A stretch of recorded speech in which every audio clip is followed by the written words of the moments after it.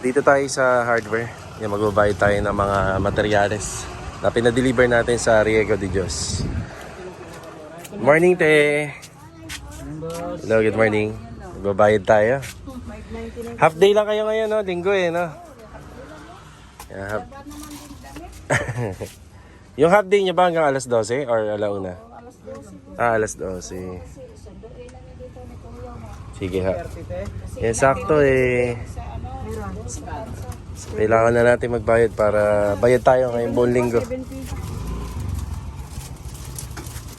Thank you. Okay na po tayo rito. Yan, araw po ng linggo ngayon. Bali, walang pasok. Minabuti kong bayaran muna yung mga bills natin dito. Yung mga materyales para clear na tayo. So sa Riego de Dios, ano lang naman eh. Dalawang resibo lang. Ayan yung 50 semento, 150 na hollow blocks na additional. At saka yung additional na 30 pieces na 10mm pa ngayong linggo. So ito po. Okay, tara. Mga karos, good morning po. Good morning. Yan, kamusta po tayong lahat? Ito, welcome back po muli dito sa aming channel. Ngayong araw po ng Martes. Yan, May 6. Ayan, kahapon po, nasa bakasyon lang po kami ni Mrs. Yan, hindi na po tayo nakapagbigay ng update dito. Pero lahat naman po ng tropa sa mga project natin sa Lumina Homes at saka sa Riego, lahat po sila pumasok. So, ito, good morning kila client owner. Ayan, nandito tayo sa Riego de Dios project. So, magbibigay tayo ng update sa mga project natin simula umaga hanggang hapon. Kaya samahan niyo po muli kami ngayong araw na to. Enjoy watching po syempre. So, dito sa Riego de Dios project, i-share ko sa inyo kung magkano na yung materyales na nabili natin simula nung April 1 hanggang ito, pagpasok ng May. So, nakakamagkano na po tayo rito sa development and progress na nakikita natin dito sa extension na ginagawa natin. Ayan. Meron pa naman kaming mga on-hand na materyales na hindi pa nagagamit. So gaya no, may mga hollow blocks pa tayo rito. Pagpasok sa loob, may mga semento tayo dyan, may stock tayo ng bakay. At syempre, patuloy yung pag-purchase at saka yung mga bibilhin natin hanggang sa matapos to. Araw-araw, tuwing linggo, at buwan nalilipas. Okay, bati muna tayo. Kuya Boy, good morning po Kuya Boy. Yan, good morning. So dito nga po pala, magkakaroon tayo ng panibagong private pole. Yung abang po kasi na nandito ay nakapasok po dun sa perimeter ng kanyang kapitbahay dito banda sa left side. Ayan, kita naman. So pasok siya rito. So sa madaling salita, kapag nag-asintada tayo dyan, so hindi na po masasakop ng perimeter niyang ginagawa natin itong poste na private pole. So gumawa tayo ng panibago para magkaroon po sila ng meter base na panibago. So mag-apply po sila sa Mirago. Actually ano na to, ongoing na. Tapos nagbaon na kami ng tubo dyan na 3/4 papasok dito po sa extension natin para pagka nagkabit po ng meter base, hindi na po kailangan ng breaker. Tapos mapapansin nyo lang, meron kaming panibagong forma ng poste rito. Ayan, nakikita nyo. So ang mangyayari po kasi, yung design ng bahay, kapag ito yung ginamit natin, so may makikita tayong tubo dyan at saka meter base na nakapaharap dito. So hindi na uniform tingnan. Ayan, kumbaga panibago tayo ng poste para makumpleto natin yung apat dito sa harapan. So iba, ayan, may forma na. Kuya Ruel, good morning po. Good morning. Kuya Sandy, good morning. Yan si Kuya Sandy yung sa carpentry natin para sa mga yan dito, sa mga forma. So ito na yung mga nagagawang setup dito. Siya nga pala, mga karohas, halos sa 2 beses na or 2 araw na sunod-sunod na umuulan. Ito yung critical namin dito. So critical stage, dapat na po kasi namin baklasin yan para maituloy namin yung asintada at makuha namin yung levelasyon. Ang problema, laging umuulan. Kapag ka umulan at pumasok ang tubig dun sa taas, baka mabasa yung mga semento natin. So pinag-aaralan pa namin at kinakapapa. Kaya tayo sa taas.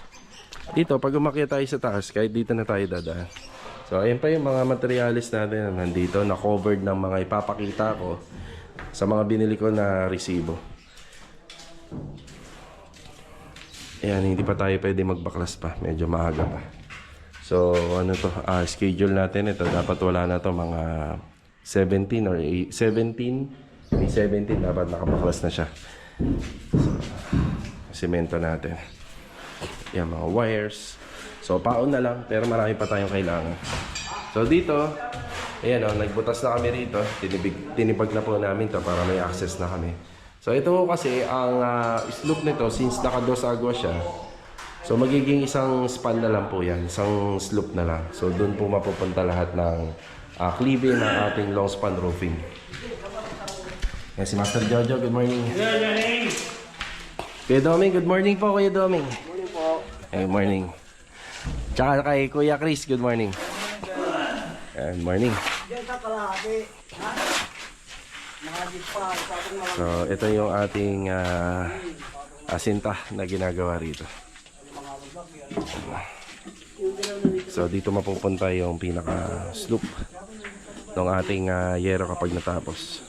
Tapos dito banda, kapag nabaklas to, ay itutuloy natin yung CHB laying dito. So, ang ginamit na ano rito na hollow blocks is D5. So, D5 kailangan pa natin yan.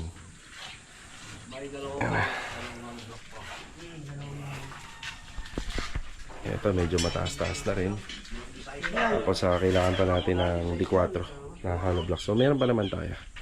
So ito magiging TNB dito sa taas. Kuya Doming, hindi ka naman nahihilo Kuya Doming. Meron lang ako sa mga utang. Nahihilo sa mga utang. Ito po. Ano ba talaga ko ito? Nahilo si Kuya Doming sa mga utang. Kaliwa kanan kasi no kuya. Meron pa sa gitna. Kaliwa kanan, may gitna pa. So ito yung update natin dito. Tapos mamaya i-share ko sa inyo kung nakakamagkano tayo sa buwan ng April. Nakakamagkano tayo sa purchase ng materials. Ano ba weather natin ngayon? Mukhang uulan no? Parang Baka mamaya sir, tanghali. pahapon yan no? Pahapon na umuulan. Nagpaporma sila rito. Nandito tayo sa floor area, dito sa second floor. Ang gagawin namin dito, bali, 2 kwarto. Yan, 2 kwarto. So may bintana na yung isang room, tapos sa isang room may bintana na rin dito. Yan, nakikita ko kasi yung bintana rito sa harapan, medyo maliit siya. So ang mangyayari po kasi dito, angat pa po kasi ito eh. So ito naman, matatabasan to. So masisinsil natin yan. Tapos itong part dito, medyo tataas po siya. So mataas kasi kailangan makuha natin yung pinaka taas niya para naka-slope po. Naka-slope yung ating bubong papunta po ron. So merong hallway. So hallway, 2 bedroom. Tapos ito na yung access sa ginawa natin dito para sa TNB. Tapos meron pang isang another room at may master's bedroom. Yan. Yan yung mga gagawin pa natin po rito. Siyempre pagdating po sa mga partition, bali dry walls na lang po tayo. So isa sa mga matatrabaho dito, itong part ng extension na gagawin natin. Tapos siyempre magbibiga pa po tayo niyang paikot.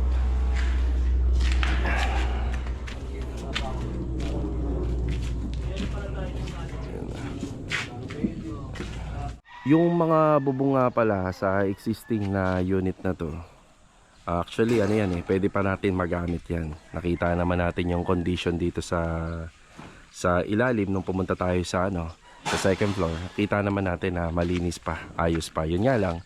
So mas makikita natin yung condition niyan kapag nabaklas, pagka naibaba po rito. So ang balak po natin diyan, magkakaroon po kasi ng parking space dito at saka dito sa harap. Pwede po natin gawin yan.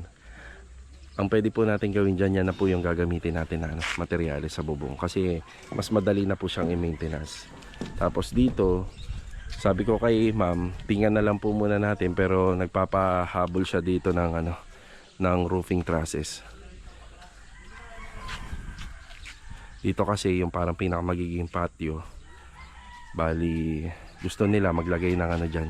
Outdoor kitchen or auxiliary Yan, dyan. Gusto nila maglagay po dyan sa part na yan. So, syempre, kailangan may bubong. So, tingnan natin kung kakasya na po lahat yon. Pero sa nakikita ko, baka dito lang po yung sa harap at saka dito sa gilid. Ngayon, yung doon, dahil magre-renovate naman na, mas maganda bago lahat ng bubong doon. Kasi nandun siya sa parting taas na. So, mas maganda bago para talagang pulido. Yan, dire-diretso lang po yung gawa nila rito. So sa CHB, yan, pwede na tayo magpa-deliver uli at magpadagdag. Yan, halos ito na lang yung nakikita natin. Tapos dun sa taas, yan, meron pa dun para sa asintada. Ayan, after manggaling sa Riego, dumaan kami rito sa hardware. Bumili na kami ng 9 branches na bahay ng breaker. So ito presyo niya. Para sa Riego di Diyos. Tara. Ayan, buko muna tayo. Salamat eh. Thank you. Sarap.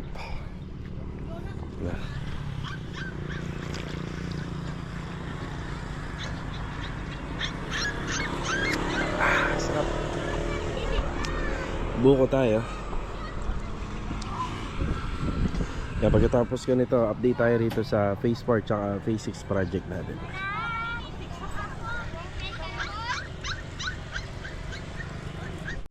Ayan si Kuya Rigor. Good morning, Kuya Rigor. Morning, boss. Morning. Kuya Philip, good morning. Yan, naiintindihan natin yan na nakaubad sila kasi mainit dito. At saka yung mga row houses kasi rito, di ba, kulob. Wala naman pong ventilasyon at saka wala naman pong bintana. So, meron tayong binili kanina no, nasa hardware tayo. Yan, bumili na rin tayo ng boral, 2 bag, tapos stick well pa. Yan, para po sa mga dugtungan nitong ating mga Python boards. So kung matatandaan nyo, meron pa kaming isang project dito sa may bandang Block 23 na iniwan po muna namin. So hindi naman po nagmamadali sila client. Pero ang napagkasunduan namin dito, okay na kuya, napagkasunduan namin dito, kakabitan po ng screen door to. Tapos overall paint na ng buong kabahayan. So ito po yung iniwan namin na project. May mga kulang pa, bali bukas isa sa mga welder natin, ipapatapos na po natin yung sa gate kasi wala pang barrel bolt to. Tapos 2 door siya, kaya kailangan yung isang part ng pintuan, kailangan po may barrel bolt po pa ilalim sa flooring. Tapos yung floor drainage natin, ayan. So hindi pa natatapos. So ito ang assignment nila, isa preparasyon. Ayan yung mga unang ginawa. So kuya, yung mga takip ng center light, pakitago ha. Sige. Meron pa bang plastic? Okay, sige. Okay, yung mga pin light, so ibababa siya, then lalagyan ng plastic. Tapos yung switches and outlet, kuya, baka makalimutan. Babaklasin din, no? Tapos ipa-plastic. Tapos yung mga pader, yung ginagawa nila rito, yan, masilya. Bali, sarado, batak masilya. So si Kuya Rigor, dapat ginagawa niya na to sa pintuan at saka sa hamba. Yan, pero sabi niya, unahin mo na yung mga pader kasi sobrang dami. Unahin. Ito lang naman po yung downside ng Kisame na gumagamit ng Python boards kasi matrabaho po sa sa masilya at saka sa pintura. Hindi kagaya ng mga nakikita natin dun sa PVC panel, medyo mas magastos lang ng konti yun, pero no need na para pinturahan or masilyahan. So grabe mga preparasyon na gagawin po dito. Medyo madami-dami. Tapos si Louie naman, matapos yan sa phase 3. So ipagpapatuloy niya po ito. Yan, meron pa mga part dito na hindi pa nakakabitan. Yan. Tapos tatanungin na lang natin sila client kung gusto na po ba nila magpagawa nitong cabinet. So pwede na rin kasi kung sakali. Okay, nandito naman tayo sa project natin sa Phase 6, isang Athena. Bali, nandito tayo dun sa unang ginawa natin na ngayong taon 2025. So, nakikita nyo ba yung gutter na yan? Ay medyo nabubulok na. Isa yan sa mga asikasuhin po natin. Bali, kasama yan sa mga napagkasunduan namin ni client. Tapos, dito naman po banda. Ayan, unti-unti na po natin pinaumpisahan yung waterproofing nito. So, silipin natin yung sa taas.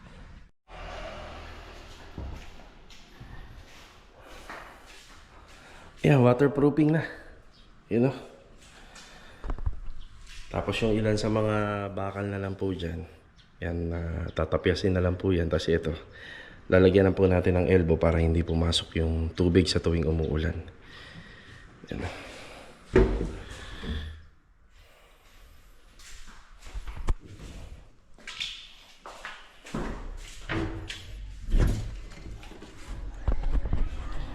Dito si Rusty. Rusty, good morning! Good morning.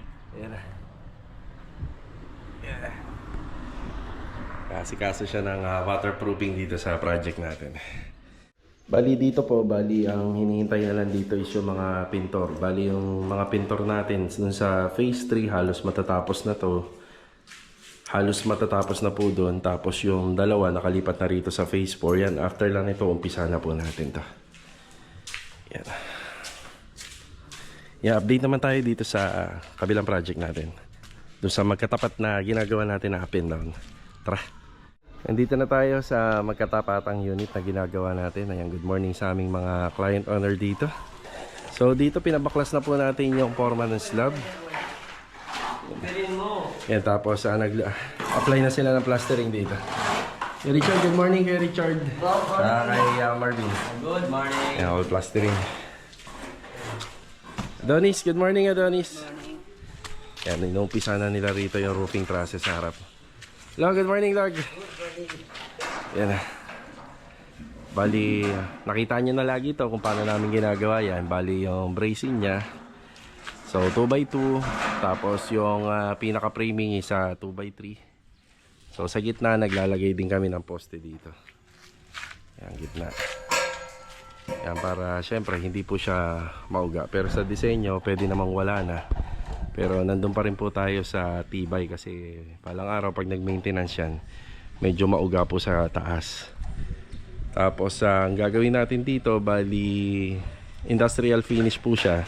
So yun, makikita pa rin po natin yung mga yan.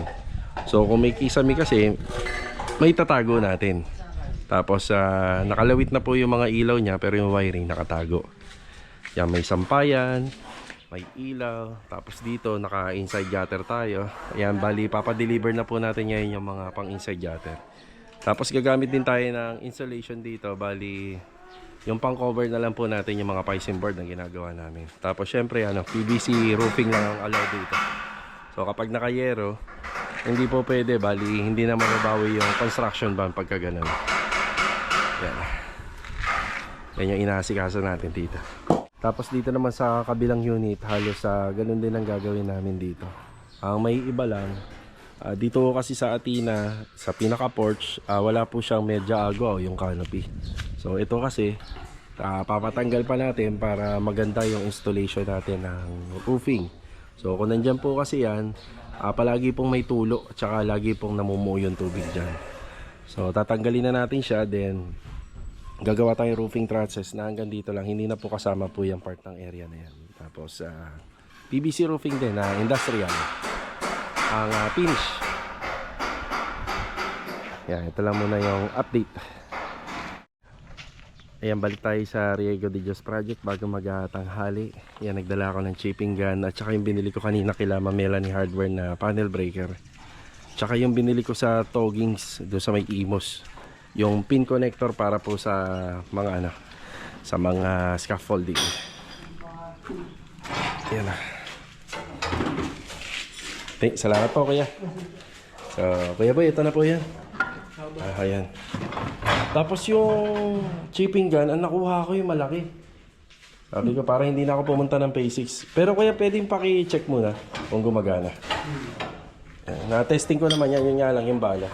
Tapos ito naman yung Meron akong bayan. meron po. May hawakan. So, testing mo na lang. Yan. May delivery pala tayo hollow blocks. Dumating na kaya? Yan, 100. Ito, D4. CHB number 4 para sa karagdagan. After break time po, hapon na. So medyo malapit lang po yung dating ng camera. So nasira yung selfie stick ng ating GoPro. So nandito ulit tayo sa Lumina Homes. Bali, hindi ko pa nadadaanan yung dalawang project natin dito sa phase 3. Ito, shoutout nga pala sa Kilario family from Zambia, Africa. Yan, God bless, always ingat palagi. So So dito kanina nanggaling yung sister ni client. So nag-stay siya rito. Tapos may konti lang kaming naging problema rito dahil yung bill ng tubig. So nakaligtaan namin ni forward kay client. So matagal na po pala nandito. Hindi ko na forward kay client. So madali na lang naman kapag ka nabayaran po yung bill sa Prime Water. Yan, dire-diretso na, makakabitan na po uli at may unlock na. Hindi naman po kami masyadong apektado dito sa ano. So hindi naman tayo apektado rito kasi halos patapos na. Yan, kasi kasuhin na po nung kapatid ni ma'am. Okay, bali update dito. So mabilis ang update lang kasi medyo marami pang gagawin. Ayan, nandito si Louie. Louie, good afternoon. Good afternoon. So kinakabit ni Louie yung floor drain dito na binili natin. Tapos isa na lang, hindi ko pa nabibili yung para rito. Yan, yung parang sa clean out catch basin. So ito yun. So doon naman, yung sa septic tank. So yung pinaka clean out nya. So bibili natin pag nakalabas po tayo. Ayan, dito bali linis. Yan, nakakikita naman natin, halos malinis na yung area. Halos patapos na po ito. So linis lang po ng linis hanggang sa matapos. Tapos yung mga binili po natin doon sa wheel cone. So ito, nakikakabit na lang yan. Ito, curtain rod. So wala pang stock para po dito. Yun, wala pa po tayong pang-bracket. Pero ito pwede na po natin kabit. House number, mailbox, meron na rin po. Nandiyan na. Kahapon, so hindi tayo nakapag-vlog. Nandiyan nakapag-vlog. Nagkabit po ng Korean blind sila sa Ricky rito. Yan yung ilaw, ganda na. Yung ilaw. So tricolor to, tapos ayun yung ating Korean blinds. Yan na, tricolor. Yan, mas bagay siya sa ganito. Korean blinds. Dito rin. Yan. Yan, mas gumanda na. So, ito. Yan. Bali, ano to? Blackout. Yan o. Ganda. Tapos meron pa kaming kulang na ikakabit pa dito. Bali, bumili ng projector screen si client. Bali, kakabit na lang po namin yan sa ibabaw ng Korean blinds. Tapos bibilang ko pa po pala ng L-bracket to. Yan, di pa natin na bibili. So kami na lang bahala para ma-install na po namin siya ng ano rito, ng matibay. So kompleto na po tayo rito. Yan. Retouching, tapos linis. Halos malinis na. Pwede na po natin i-turn over. Di ba? Masarap i-turn over yung bahay na malinis, bago at malinis. So yan na lang po, yung pinto ikakabit na lang. Tapos yung projector screen. So doon po talaga ilalagay. Pero pwede naman din dito. Yun nga lang, wala kaming abang na ano rito, na outlet. Di kami nag-abang kasi alam namin baka mayroon po ilagay dyan sa corner area kasi may space pa po dyan. So dito yung prepared nila. Yan. Okay. Dito naman tayo sa bahay ni Sir Ernie. Yan, bali, minessage niya ako kahapon. Bakit daw walang update? Yun nga, nasa ano lang kami. Nasa bakasyon. So kailangan maisama natin ngayon tong bahay niya dito sa vlog natin. Kasi isa sila sa mga nanonood araw-araw. Yan, dito po sa aming channel. So ang update, meron na nga po palang internet. So dito sa project natin sa Lumina Homes, phase 1 hanggang phase 5, yon, hindi hirap sa internet connection. Kasi dun sa phase 6, yan ang konting issue. Konti pa kasi nakatira dun, wala pang linya. Yan, kaya yung mga taga phase 6, bali wireless ang gamit. O yung Starlink na tinatawag. So meron na po siyang internet. Tapos dito magkakabit na lang po kami ng drop light dito. Tapos papalitan namin yung doorknob at lalagyan po namin ng double lock. Yan dito po sa taas. Yan, si Master Jojo lumipat na dito. So galing kami kanina ng Riega de Dios. Ayun na nga po pala yung ating TV console. Ayan. So buhay na buhay ito sa pagka-gray. Kasi napapalibutan po siya ng color white or yung tinge of gray natin. So cabinet din dun sa staircase below. Lalagyan na lang po ng handle yan. Kasabay ng mga Korean blinds doon kahapon. Ayan, meron na rin po ito. Pero hindi pa po namin tinatanggal yung pinaka niya, cover. Baka magdumi pa kami. Hindi kasi kagaya doon, medyo malinis na talaga rin. So ito, medyo marami pang dudut-dutin dito. Kukut-kutin. Ang konting linis-linis na lang po yan. So ito yung inasikaso natin ngayon. Yan yung mga pintuan, binabalik na. Tapos dito, binila na po natin ng polycarbonate po to. So gustuhin ko maglagay ng yero rito, medyo bawal pa po talaga. Baka ipatanggal din sa atin, kaya polycarbonate na lang muna. Yan, para kahit naman pa paano, pansamantala na naman po itong nilagay nila. So ito hanggang ngayon nakikita nyo, tatanggalin namin to. Pero hindi porket tinanggal na namin to, wala ng tibay. So may tibay pa rin po siya. Yan, nakasalo po yan dyan.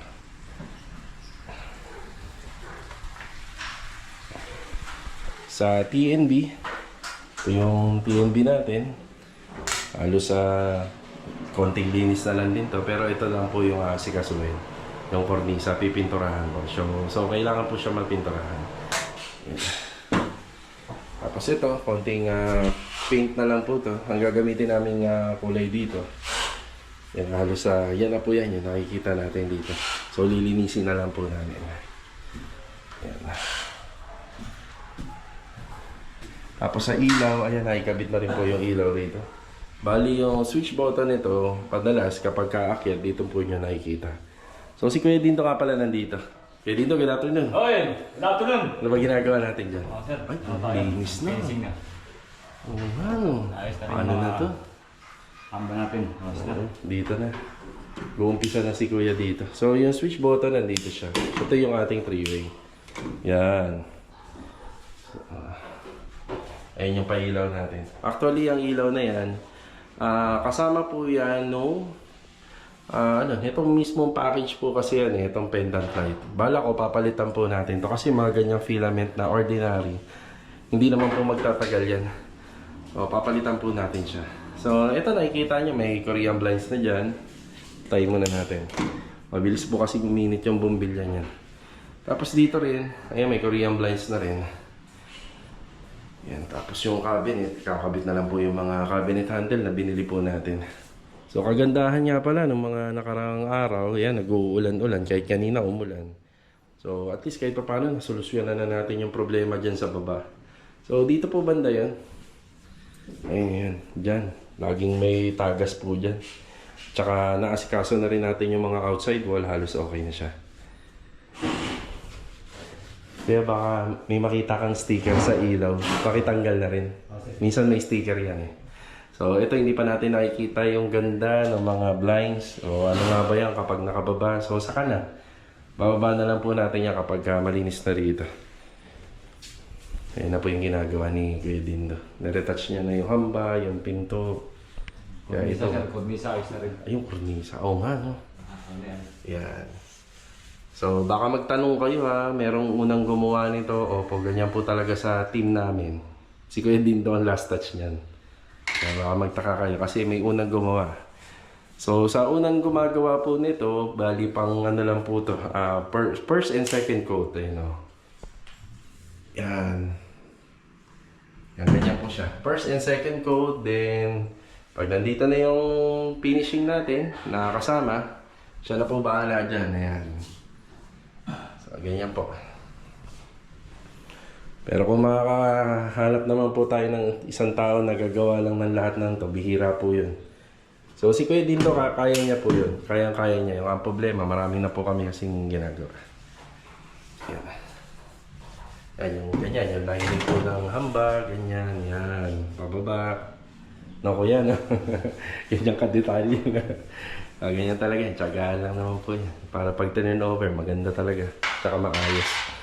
Tapos makikita nyo lang din lagi sa mga patapos na bahay. Ayan, si Master Jojo. Lagi nyo makikita yan. So siya nga pala yung ginamit namin dito sa stairs. Yan, pareha lang din po. Same lang din po rito. So sa non-skid siya. Tapos yung pinakadulo, may stopper siya. Yan, ito medyo madugo-dugong linisan din to. Yan. So, combination ng white and gray ang bahay na to. Yun nga lang, interior lang.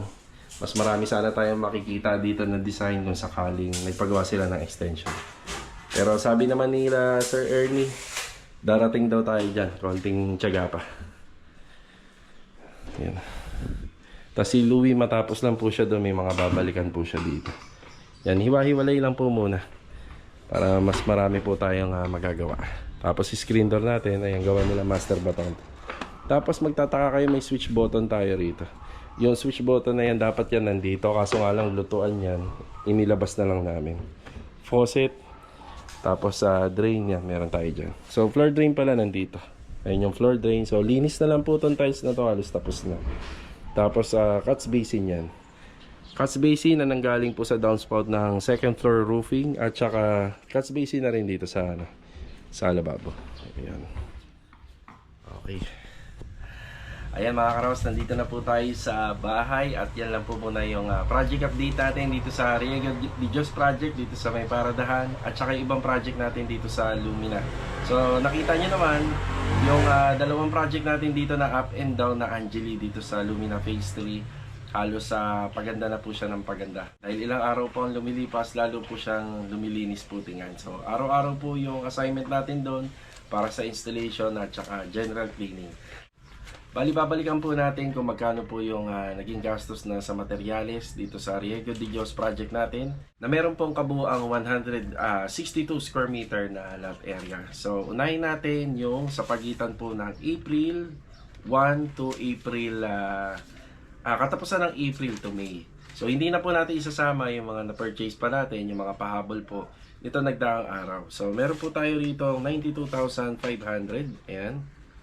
So, 92,500, 56,655. So, naka-breakdown na po yan lahat ng pinurchase natin na materyales. At saka 85,831.